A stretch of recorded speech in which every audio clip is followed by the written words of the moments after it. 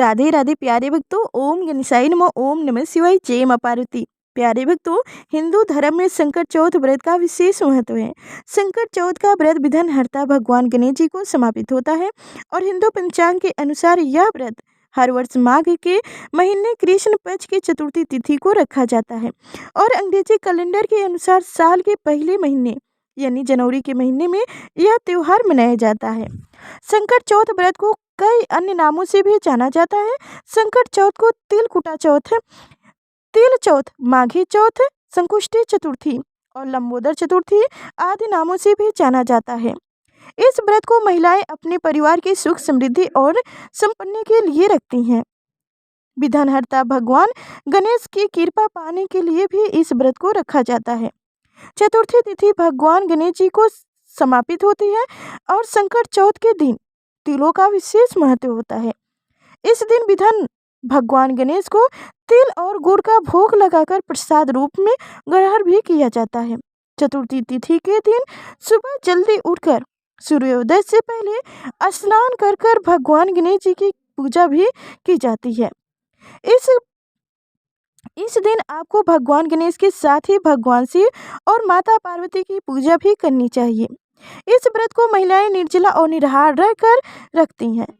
शाम को चंद्र देवता को अर्घ्य देने के बाद ही यह व्रत पुण्य माना जाता है। इस व्रत को करने से सभी प्रकार के दुख दूर होते हैं और मनोकामनाएं पूरी होती हैं।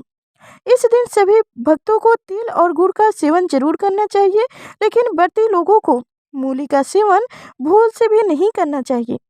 आज के दिन दान में तिल, गुड़ और गर्म वस्त्रों का दान करना बहुत ही शुभ फलदायी माना जाता है। अब आपको बताते हैं साल 2024 में संकट चौथ कब है, व्रत कब रखना है और व्रत पारण का मुहूर्त क्या रहेगा। 29 जनवरी सोमवार को इस बार संकट चौथ यानी कि संकुष्टी चतुर्थी है। इसी दिन संकट चौथ का व्रत रखा जाएगा। व्रत सुबह से लेकर रात को चंद्रोदय तक रहता है। शाम के समय यानी कि रात के समय चंद्र देवता को अर्घ्य देने के बाद ही व्रत खोलना चाहिए, नहीं तो व्रत अधूरा माना जाता है। चतुर्थी तिथि प्रारंभ होगी 29 जनवरी सोमवार की सुबह 6:01 से और समाप्त होगी 30 जनवरी मंगलवार की सुबह 8:54 पर। अब जानिए इस दिन रहने वाली शुभ और अशुभ मुहूर्तों के बारे में। तो सोमवार के दिन सूर्योदय होगा सुबह 7:12 पर, सूर्यास्त होगा शाम 6:07 पर। ब्रह्म मुहूर्त का समय रहेगा सुबह 5:35 से 6:02 तक।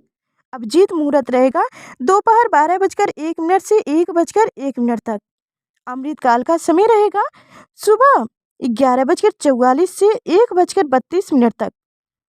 चतुर्थी तिथि के दिन दोपहर के समय और दोपहर में भी अमृत काल और अभिजीत मुहूर्त में भगवान गणेश जी की पूजा जरूर करनी चाहिए। यदि संभव हो तो इस समय कथा भी जरूर सुननी चाहिए और पढ़नी चाहिए।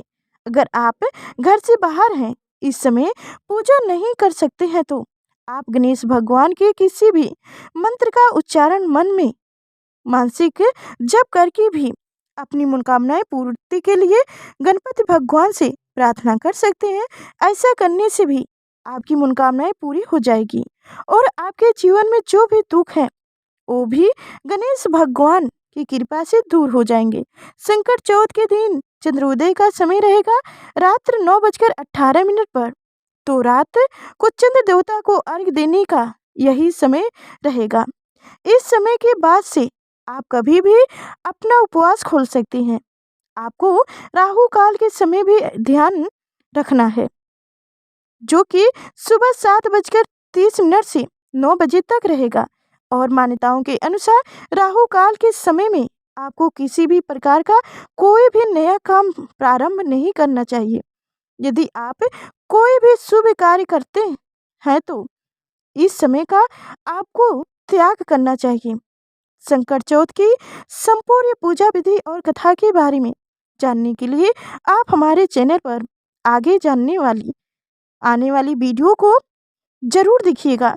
उम्मीद है यह जानकारी आपको पसंद आई होगी।